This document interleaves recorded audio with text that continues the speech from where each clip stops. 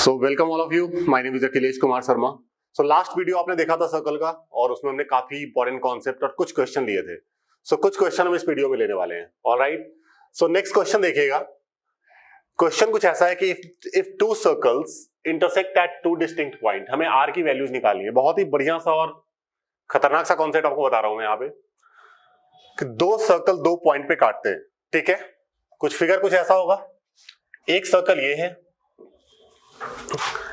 एक सर्कल कुछ ऐसा है, और दूसरा सर्कल ऐसा है।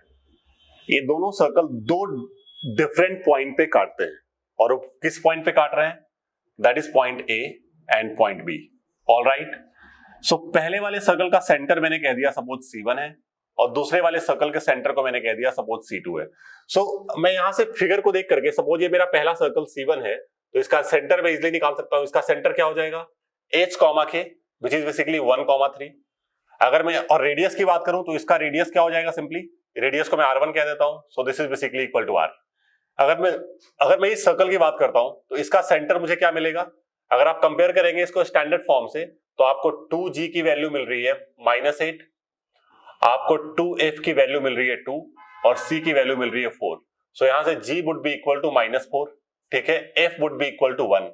तो इसका जो सेंटर हो जाएगा ना, centre would be -G and -F, so this would be 4 and -1। So simply आपने दोनों के सेंटर के कोऑर्डिनेट निकाल लिए। पहले सर्कल का सेंटर हमारे पास 1,3 आया है, ठीक है, और दूसरे सर्कल का सेंटर मेरे पास 4, -1 आया है। ऑलराइट, दोनों का सेंटर हमने निकाल लिया।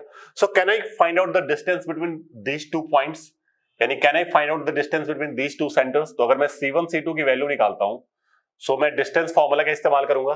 क्लियर है? सो डिस्टेंस फॉर्मूले का बेटा आप इस्तेमाल करेंगे तो चेक करिएगा, आपको C1 C2 की वैल्यू 5 मिलेगी। मतलब दोनों सेंटर्स के बीच का distance is coming out to be 5। Alright, तो हम जो यहाँ पे फंडा यूज कर रहे हैं कि आप समझ सकते हैं इस क्वेश्चन में कि अगर दो सर्कल ऐसे दो पॉइंट पे काटते हैं, ठीक है, तो आप लोग इसको याद रखिएगा। बहुत ही बढ़िया सा कॉन्सेप्ट बता रहा हूं कि दोनों के रेडियस का जो डिफरेंस का मॉडुलस होता है ना, क्लियर है, मतलब R1 पहले वाले सर्कल का रेडियस है, R2 दूसरे वाले सर्कल का रेडियस है। इसके का जो डिफरेंस का मॉडुलस हम लेते हैं यहाँ पे, और दूसरा कंडीशन लेते हैं R1 पहले वाले सर्कल का रेडियस है, R2 दूसरे वाले सर्कल का रेडियस है, ठीक है। इसके सम का अगर हम मॉडुलस लेंगे, क्लियर है, तो इन दोनों की वैल्यूज की हम बात करेंगे, ठीक है। तो कभी भी दो सर्कल अगर दो पॉइंट पे काटे तो R1 माइनस R2 की जो वैल्यू होगी, this would always be less than the distance between their centres, ठीक है। अगर मैं R1 प्लस R2 के मॉडुलस की बात करूंगा, this would always be greater then the distance between their centres, that is greater then 5। Alright, always याद रखना है इसको।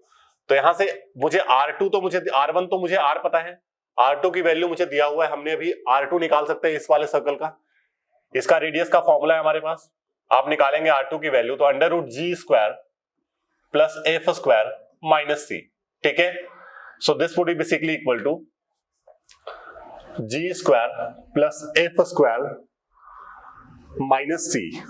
तो आपको √13 मिल जाएगा ये।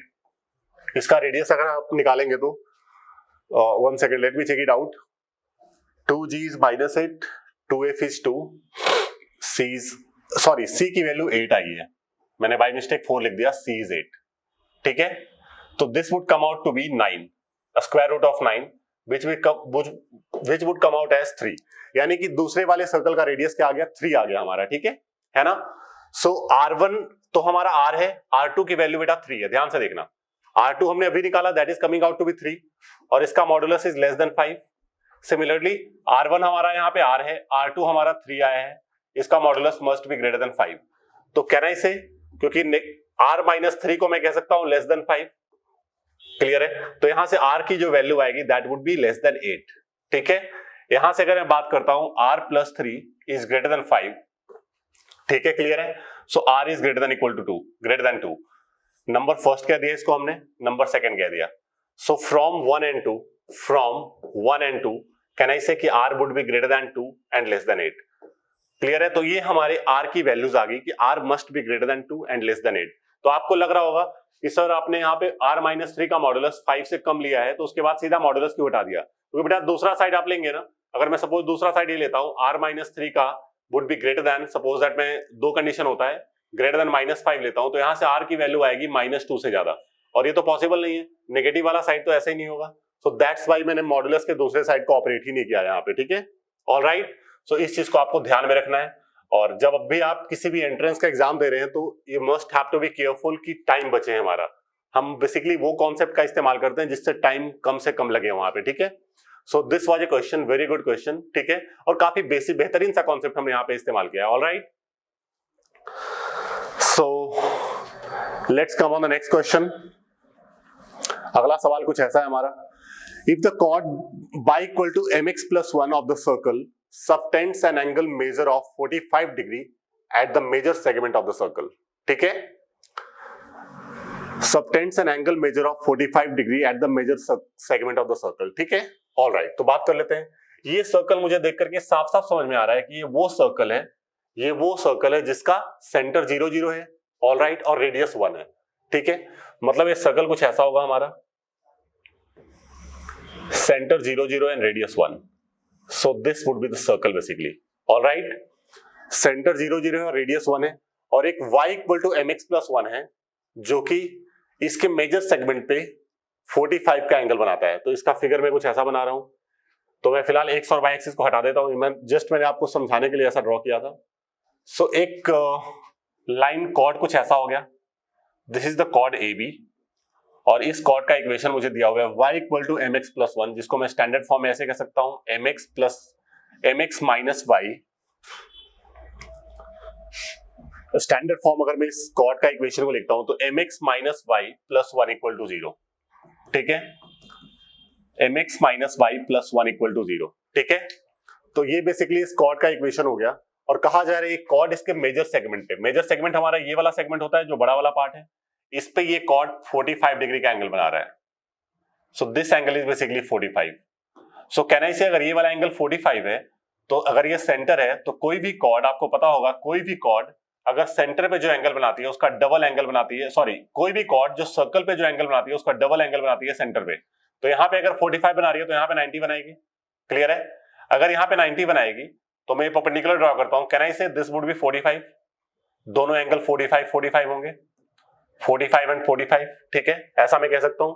और सेंटर को मैंने O ले लिया, right this point as point C, ठीक है, क्लियर है। और सो मुझे पता है कि अगर मैं ट्रायंगल OAC की बात करता हूं या OBC कोई भी ट्रायंगल ले लो, तो OA तो इस ट्रायंगल का रेडियस हो गया, OA को मैं 1 कह सकता हूं क्योंकि ये वो सर्कल है, सॉरी OA जो हो गया आपका इस सर्कल का रेडियस हो गया, ठीक है, और इस सर्कल का रेडियस तो 1 है, मैंने आपको पहले बताया था, इस सर्कल का रेडियस क्या है हमारा 1 है। तो अगर मैं इन ट्रायंगल OAC की बात करता हूं तो OAC ट्रायंगल में अगर मैं सपोज cos 45 ले रहा हूं, so can I write cos 45 would be equal to OC upon OA? Cos 45 is equal to OC upon OA. So cos 45 is basically 1 by root 2 and this is OC is OC. OA की value तो 1 है क्योंकि OA हमारा radius है.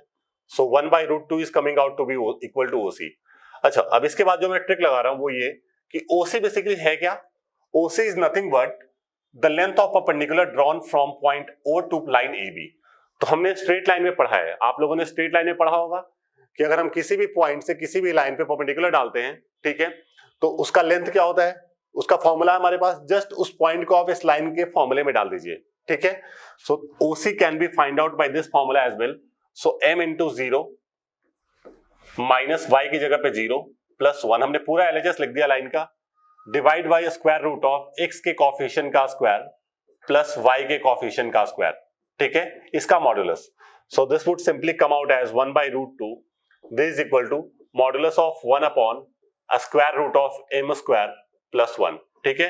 अब squaring both side, दोनों side आप square कर लीजिए, you will get 1 by 2. This is equal to 1 upon m square plus 1, ठीक है. Just cross multiply and you'll get the values of m. So m square plus 1 is equal to nothing but that is equal to 2. So m square would be equal to 1. So m की value यहां से मुझे plus minus 1 मिल जाती है. All right, so the value of m would be nothing but plus minus 1. सो बहुत ही अच्छा सवाल था ये, इसको ध्यान से देखिए आप लोग.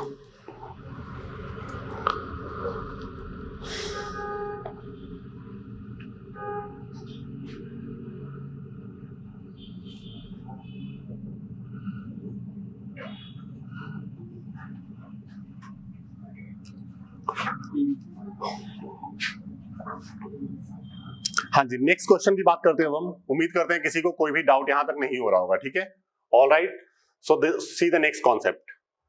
अगला सवाल बहुत ही बेहतरीन क्वेश्चन। ये जो भी क्वेश्चन हम यहाँ पे आपको करवा रहे हैं, सारे ही क्वेश्चन, फिर से कह रहा हूं मैं, सब क्वेश्चन किसी न किसी एग्जाम में आया हुआ है, ठीक है। All right, so find the equation of a circle with centre as origin and passing through equilateral triangle whose median is of length 3a। तो इसका सॉल्यूशन अगर देखा जाए तो मेरे पास 1 सेकंड का भी तरीका है, बिल्कुल ठीक है। Find equation of a circle with centre as origin, ठीक है, and passing through equilateral triangle. So there is a equilateral triangle, here is a equilateral triangle. ऐसा कुछ ट्रायंगल है हमारा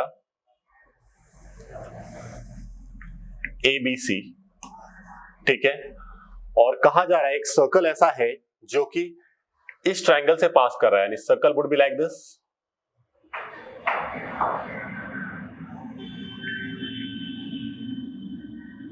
circle would be like this which is passing through this particular equilateral triangle. Alright, और इस triangle का median मुझे दिया हुआ है 3a। ये इस ट्रायंगल का मीडियन है, this is given to be as 3a। तो इस पॉइंट को अगर मैं D कह देता हूं, ठीक है, तो AD मुझे बेसिकली दिया हुआ है 3a। बेटा ध्यान से देखना, मुझे जिस सर्कल का इक्वेशन निकालना है, उसका सेंटर तो मुझे पता ही है 0 0। जिस सर्कल का मुझे इक्वेशन निकालना है उसका सेंटर तो मुझे पता ही है 0 0। क्लियर है? All right. और अगर मैं बोलता हूं कि ये हमारा इसका सेंटर है, सपोज मैं कह देता हूं कि this point is basically the centre of this circle, ठीक है, इस पॉइंट को मैंने E कह दिया, तो ऑब्वियसली आप समझ सकते हैं कि E सेंट्रॉइड भी बनेगा। E जो होगा बाय सिमेट्री सेंट्रॉइड भी होगा, और हमें पता है सेंट्रॉइड जो होता है किसी भी मीडियन को 2:1 के रेशियो में डिवाइड करता है, 2:1 के रेशियो में डिवाइड करता है। तो AE अपॉन ED जो होगा this would be equal to 2:1। All right, और मतलब AD मुझे 3a दिया हुआ है, तो कहना इसे AE would be 2a and ED would be a, तभी तो इन दोनों का रेशियो 2:1 होगा ना। क्लियर है? क्योंकि AD मुझे 3a दिया हुआ है ना, तो AD में से कह सकता हूं AE would be 2a and ED would be a, then only the ratio would be 2:1, ठीक है। ऑल राइट, सो हमने, और A ही तो हमारा रेडियस है। What is AE? That is basically the radius. तो अगर मुझे रेडियस निकालना हो तो रेडियस क्या हो जाएगा? That is nothing but AE and which is equal to 2a। ये लीजिए, मुझे रेडियस भी आ गया हमारे पास, सेंटर भी पता है, तो इक्वेशन ऑफ रिक्वायर्ड सर्कल क्या हो जाएगा? x माइनस h का square plus y minus k का square and this would be equal to radius का square. All right, so this is equal to simply x square plus y square is equal to 4a का square. This is the required equation of circle जिसका centre origin होगा, ठीक है, और इस equilateral triangle से पास करेगा। ऑल राइट, ध्यान से समझिए इसको।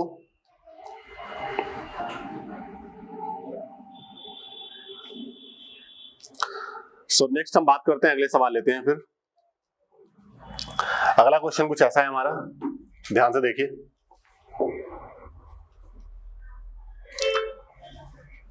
कहा जा रहा है the circle passes through the point AB and cuts the circle orthogonally, then find the locus of its centre. तो मैं आपको एक कॉन्सेप्ट यहां पे बताने वाला हूं, ठीक है।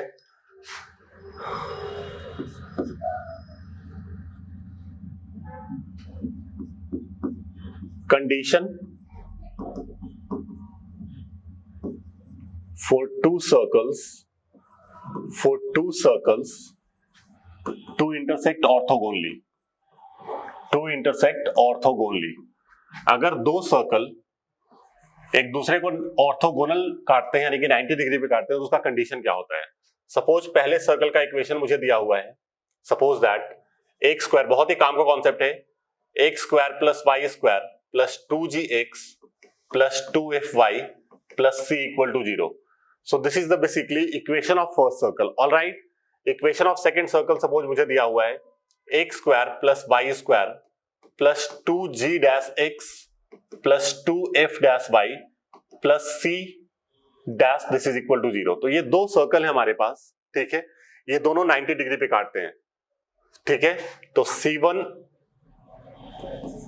And C2 cuts orthogonally if and only if, condition उसकी ये है कि अगर इस कंडीशन को सेटिस्फाई करता है 2g into g dash plus 2f into f dash is equal to c plus c dash, अगर ऐसा ये कंडीशन एग्जिस्ट कर रहा है तो हम बोलेंगे दोनों सर्कल 90 डिग्री पे काटता है। ऑलराइट, ठीक है, ऑलराइट। तो मान लेते हैं ये कंडीशन है हमारा कि दो सर्कल 90 पे तभी काटेगा जब 2g into g dash plus 2f into f dash is equal to c plus c dash, ऐसा कंडीशन होगा तब। अब मैं इस क्वेश्चन पे आता हूं, ठीक है, ऑलराइट। इसको आप ध्यान से देख सकते हैं, कोई डाउट हो तो इसको आप ध्यान से नोट करके रख लेना, क्योंकि अगले क्वेश्चन में मैं इसका इस्तेमाल करने वाला हूं, ठीक है, ऑलराइट। सो देखिए एक सर्कल है जो AB से पास करता है, इसको 90 पे काटता है। तो मान लेते हैं लेट इक्वेशन, मैंने रिक्वायर्ड इक्वेशन ऑफ सर्कल मैंने मान लिया, रिक्वायर्ड इक्वेशन ऑफ सर्कल हमने मान लिया है x square plus y square plus 2gx plus 2fy plus c equal to 0। ये हमारा रिक्वायर्ड इक्वेशन ऑफ सर्कल है, रिक्वायर्ड इक्वेशन है। और ये सर्कल दूसरे वाले सर्कल को ऑर्थोगोनली काटता है। और इस सर्कल की अगर मैं बात करूं तो g और f वाले पार्ट तो है ही नहीं, तो कहना ही से g dash would be equal to 0 and f dash is equal to 0 and c dash is nothing but basically minus p square, क्योंकि इसको अगर मैं p स्क्वायर को लेफ्ट साइड में लूंगा तो this would come to be as minus p square, ठीक है, क्लियर है। और इस वाले सर्कल का तो g और f साफ साफ मुझे दिख ही रहा है जो हमने अज्यूम किया है। तो अकॉर्डिंग टू इक्वेशन क्योंकि ऑर्थोगोनल कट रहा है तो कहना इसे 2g into g dash plus 2f into f dash this is equal to c plus c dash, यानी c माइनस p स्क्वायर। तो यहां से मुझे वैल्यू क्या मिल जाती है, 0 plus 0 is equal to c minus p square. So you get there is nothing but c is equal to p square. Alright, c is equal to p square. Okay fine. तो ऐसा हमारे पास एक concept आ गया है, ठीक है। अब हमें क्वेश्चन में कहा जा रहा है कि required circle passes through AB, required circle passes through point A, B। तो मैं अगर इस सर्कल के इक्वेशन में x की जगह पे A डालता हूं और y की जगह पे B सेटिस्फाई करेगा, यानी कहना इसे a square plus b square plus 2ga plus 2fb plus c this is equal to 0। Alright, so this is the equation of required circle. अच्छा, इस सर्कल में मैं c की जगह पे डाल सकता हूं p स्क्वायर, क्योंकि c हमारे पास p स्क्वायर आ चुका है, ठीक है। So we can write c as equal to p square, ठीक है। तो ये हमारा बेसिकली लोकस आ चुका है सेंटर का, लेकिन उसको हमें x और y के फॉर्म में लिखना है। लोकस जब भी लिखोगे तो आपको x और y के फॉर्म में लिखना है, मतलब g और f की जगह को मुझे x और y से रिप्लेस करना है। कैसे रिप्लेस करोगे, मुझे पता है सेंटर का जो कोऑर्डिनेट होता है x, y, ये basically equal to what, centre का कोऑर्डिनेट होता है माइनस g, माइनस f, यानी कहना इसे कि g would be equal to minus x and f would be equal to minus y। तो बस डाल दीजिए इसमें g की जगह पे माइनस x और f की जगह पे माइनस y, तो आपको क्या मिलेगा, a square plus b square, g की जगह पे माइनस x तो माइनस 2ax, f की जगह पे माइनस y तो minus 2by and plus b plus p square, this is equal to 0। So this is the required locus, this is the required equation of the locus of the circle, ठीक है, जो इन सभी condition को satisfy करता है, ठीक है। बेहतरीन सा क्वेश्चन, बहुत बढ़िया सवाल, ध्यान से देखिए इसको।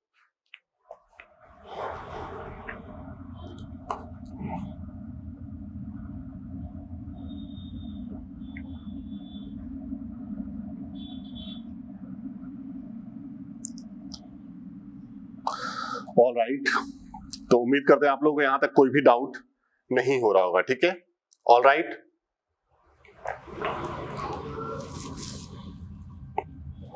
सो नेक्स्ट क्वेश्चन की हम बात करते हैं, ठीक है। अगर हम नेक्स्ट क्वेश्चन की बात करें तो अगला सवाल देखिए ध्यान से। क्वेश्चन कहा जा रहा है कि the circle x square plus y square equal to 4x plus 8y plus 5 intersect the line this at two distinct point. Clear है, दो डिस्टिंक्ट पॉइंट पे काटते हैं, हमें m की वैल्यूज निकालनी है। ऑलराइट, m की वैल्यूज निकालनी है, तो ध्यान से देखिएगा क्या होगा। सो सर्कल मुझे दिया हुआ है, इसको अगर मैं स्टैंडर्ड फॉर्म में लिखूं तो स्टैंडर्ड फॉर्म इसका क्या हो जाएगा, x square plus y square minus 4x minus 8y minus 5 this is equal to 0। So ये बेसिकली सर्कल का स्टैंडर्ड फॉर्म आ गया, ठीक है। अगर मुझे इसका सेंटर और रेडियस निकालना हो तो क्या होगा, अगर मैं कंपैरिजन करता हूं तो 2g equal to minus 4 and 2f equal to minus 8 और c is basically equal to minus 5. So g would come out to be nothing but minus 2, f would come out as minus 4. All right. तो इस circle का centre क्या हो जाएगा, minus G and minus F, so this would be equal to 2,4 minus G and minus F, so आपको 2,4 मिल गया इस circle के सेंटर का कोऑर्डिनेट। अगर मुझे इसका रेडियस निकालना है तो रेडियस क्या हो जाएगा, फॉर्मूला है G square plus F square minus C, so this would be simply equal to 5। Check कर लीजिएगा, ठीक है। तो हमने इस सर्कल का सेंटर और रेडियस निकाल दिया। अब क्वेश्चन मुझे कहता है कि ये सर्कल जिसका मुझे सेंटर और रेडियस पता है वो किसी लाइन को 2 पॉइंट पे काटता है, तो गारंटीड वो लाइन इसका कॉर्ड होगा, ठीक है। इस लाइन का इक्वेशन होगा 3x minus 4y equal to m, यानी माइनस m इक्वल टू 0, ठीक है। तो ऑब्वियसली अगर कोई भी सर्कल किसी लाइन को 2 पॉइंट पे काटेगा तो गारंटीड वो लाइन क्या होगा, इस सर्कल का कॉर्ड होगा, राइट। अब इसके बाद देखिए, इस सर्कल का सेंटर मुझे पता है which is coming out to be 2,4, ठीक है। इस सर्कल का रेडियस पता है, सो कैन आई से कि अगर इस सर्कल का सेंटर हमारा 2,4 है और ए बी इसका कॉर्ड है, तो सी से अगर मैं परपेंडिकुलर डालूंगा इस पे, ठीक है, सी से अगर मैं परपेंडिकुलर डालूंगा इस पे, तो CD की जो वैल्यू होगी ऑब्वियसली रेडियस से कम होगा, दैट इज क्वाइट ऑब्वियस कि CD की value must be less than the radius of this circle, alright. So इसी कॉन्सेप्ट का मैं यहां पे इस्तेमाल कर रहा हूं, ठीक है, कि CD must be the radius से कम, ठीक है। और CD क्या होगा, the perpendicular distance from point C to the line AB, और C पॉइंट से अगर मुझे AB का परपेंडिकुलर डिस्टेंस निकालना है तो हमने फॉर्मूला अभी लास्ट क्वेश्चन में भी इस्तेमाल किया था, 3 इंटू एक्स की जगह पे 2 डाल दीजिए, माइनस 4 इंटू वाई की जगह पे 4 डाल दीजिए, minus m divide by square root of x के कोफिशिएंट का स्क्वायर प्लस वाई के कोफिशिएंट का स्क्वायर का modulus, and this would be less than 5, क्योंकि रेडियस की वैल्यू क्या आई है, 5 आई है। तो यहां से will get the value of m, ठीक है। तो सिंपली मिल जाता है 6 minus 16 that is equal to minus 10 minus m divide by, नीचे वाले की वैल्यू आ जाती है 25 का square root which is equal to 5, इसका modulus must be less than 5। हमने अगर क्रॉस मल्टीप्लाई कर दिया तो minus 10 minus 5 minus 10 minus m, this must be less then 25। Clear है। तो यहां से दो बातें होंगी, ठीक है, कि कैन आई से यहां से इसकी value minus 10 minus m, this must be greater then minus 25 and less then 25, ठीक है। बेसिक सा मॉडुलस का डेफिनेशन है, प्रॉपर्टीज है। सो कैन आई से कि सब में मैंने 10 ऐड कर दिया तो आई will get minus m is greater then minus 15 and less then 35, सबको हमने माइनस से मल्टीप्लाई कर दिया तो आई will gate m is greater then minus 35, ठीक है, एंड लेस देन 15, मतलब m की जो वैल्यू होगी वो माइनस 35 से ज्यादा होगी और 15 से कम होगी। सो बेहतरीन सा क्वेश्चन, ध्यान से समझिए इसको।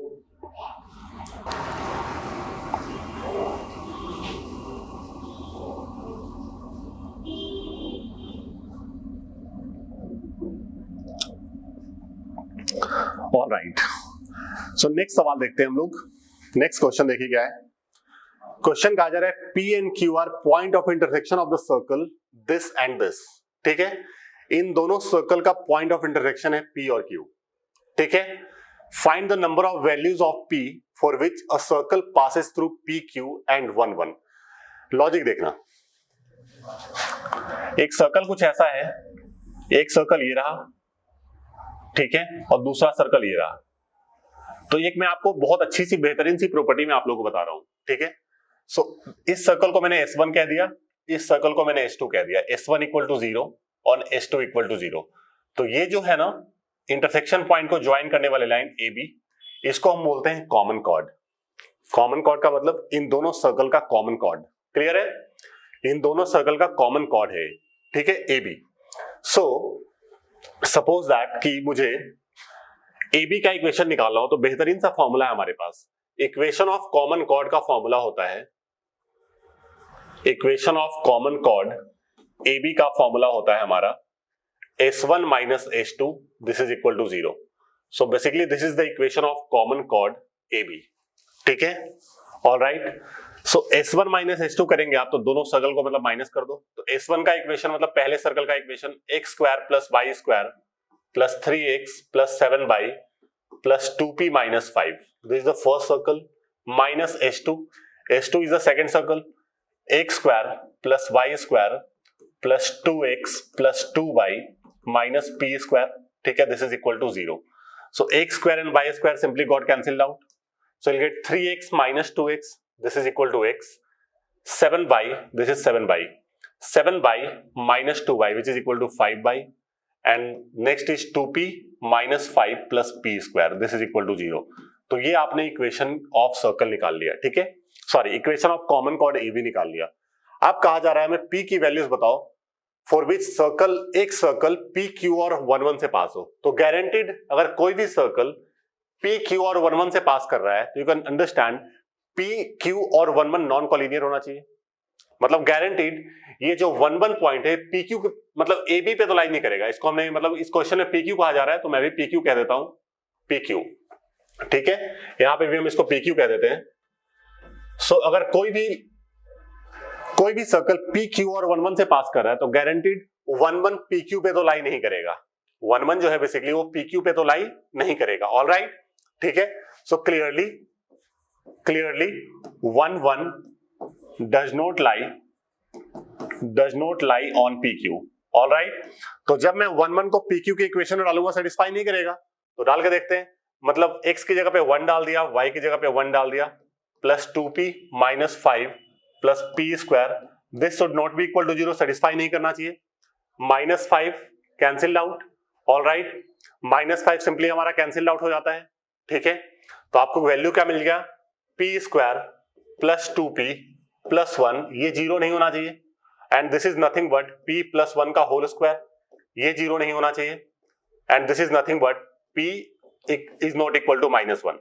मतलब p हमारा माइनस 1 नहीं हो सकता, बाकी कुछ भी हो जाए. तो क्वेश्चन क्या कह रहा था, find the number of values for which a circle can be defined. ठीक है, तो p की कितनी वैल्यूज हो सकती है, इनफाइनाइट हो सकती है. p बस एक वैल्यू नहीं हो सकता है, ठीक है, that is -1. So correct answer would be infinite. So p की नंबर ऑफ वैल्यूज कितनी हो सकती है, इनफाइनाइट हो सकती है. तो ऑप्शन आपके पास जैसा भी रहेगा उसको आप टिक करेंगे इस तरीके से, ठीक है. सो देखिए इस क्वेश्चन को ध्यान से, सॉल्यूशन को समझिए, फिर आगे बढ़ते हैं. सो आई बिलीव किसी को कोई भी डाउट यहां तक नहीं हो रहा होगा, ठीक है. क्वेश्चन काफी बेहतरीन है, आसान से भी है, ज्यादा डिफिकल्ट नहीं है.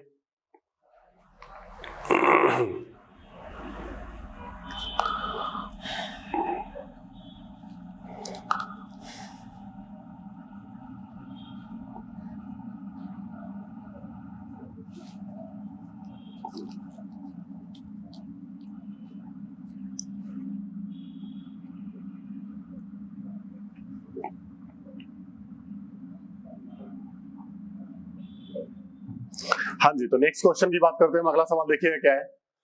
नेक्स्ट क्वेश्चन कहा जा रहा है circle touches the X axis and also touches the circle with centre 0 3. Clear है. Find the locus of centre of the circle. ठीक है, मतलब फिगर कुछ ऐसा है हमारा, एक सर्कल कुछ ऐसा हो रहा है,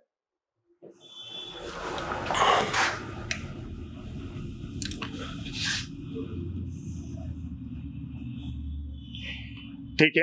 A circle touches the x-axis and also touches the circle with center 0 3.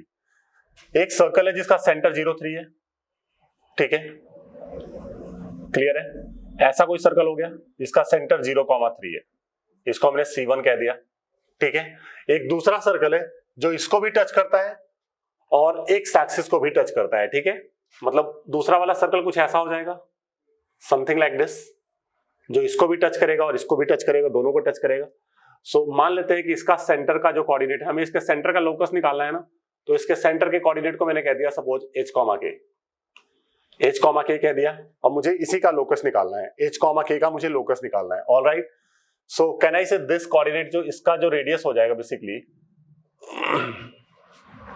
इसका रेडियस कुछ ये वाली लेंथ ही इसकी रेडियस होगी, ठीक है. और ये लेंथ क्या हो गया, इस पॉइंट का by coordinate which is equal to k. तो इसका रेडियस तो हमारा k हो गया, इसको मैंने r2 कह दिया, ठीक है. ऑल राइट, अब 1 second. Circle touches the X axis, ठीक है, r1, ठीक है. ऑल राइट, ठीक है. Circle touches the X axis and also touches the circle with centre 0,3. तो मैं सिंपली इस फंडे का इस्तेमाल करूंगा यहाँ पे कि ध्यान से देखना, अगर मैं इस कॉन्सेप्ट का इस्तेमाल करता हूं कि दोनों सर्कल के अगर मैं रेडियस को ऐड कर दूं, ये इसका सर्कल हो गया, इसका रेडियस हो गया जिसको मैंने r1 कह दिया, और इसका रेडियस हो गया जो कि that is equal to r2, ठीक है. अगर मैं और इसका सेंटर को मैंने C2 कह दिया। तो अगर मैं आपसे बोलूं कैन आई से कि R1 प्लस R2 जो होगा, R1 plus R2 this is nothing but simply equal to C1 C2 के लेंथ। क्लियर है? C1 C2 के बीच का डिस्टेंस ही होगा ना R1 प्लस R2। क्लियर है? R1 plus R2 is nothing but C1 C2 के बराबर ही होगा। क्लियर है? सो R1 की वैल्यू क्या हो जाएगी हमारी? R1 तो हमारा बेसिकली R है, उसको मैंने R कह दिया है। R2 हमारा क्या है? K के बराबर है, तो R प्लस K हो गया हमारा। This is equal to C1 C2। C1 C2 के बीच का डिस्टेंस क्या हो जाएगा? Square root of h minus 0 का स्क्वायर प्लस k माइनस 3 का स्क्वायर। ऑल राइट, अब जस्ट आप इसको स्क्वायर कर दीजिए। आई गेस R की वैल्यू यहां पे दी होनी चाहिए थी कुछ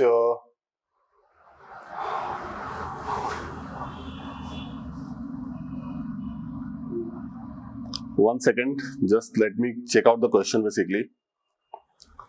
Just give me 1 second.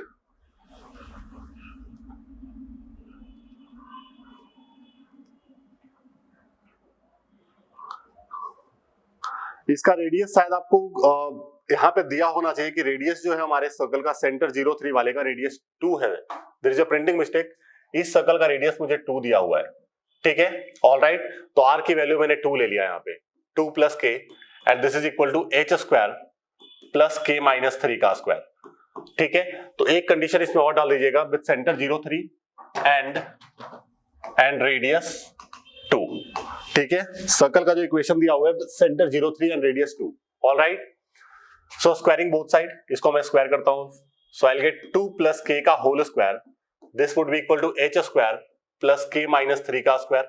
Just इसको आप ओपन कर दीजिए, 4 plus k square plus 4k and this would be equal to h square plus k square plus 9 minus 6k। So k square got cancelled out, so will get h square minus 10k, ठीक है, plus 5, this is equal to 0। So h और k की जगह पे मैं x और y डाल सकता हूं। So simply can I write it as I can write it as x square, h की जगह पे हमने x डाल दिया, तो x square minus 10 by plus 5, this is equal to 0। ये बेसिकली हमारे पास I just got the locus of the center of other circle। ठीक है, जो दूसरा सर्कल था उसके सेंटर का हमने लोकस निकाल लिया। आप लोग ध्यान से इसको देख सकते हैं। सो आई बिलीव कि आप लोगों को यहाँ पे कोई भी डाउट नहीं होगा। हमने बहुत ही बेहतरीन से क्वेश्चन आपको समझाने की कोशिश किया है। ठीक है, सो उम्मीद करते हैं आप लोगों को हमारी क्लासेस पसंद आई होंगी। सो इसको लाइक और सब्सक्राइब करना ना भूलें। Thank you so much all of you, take care, bye bye.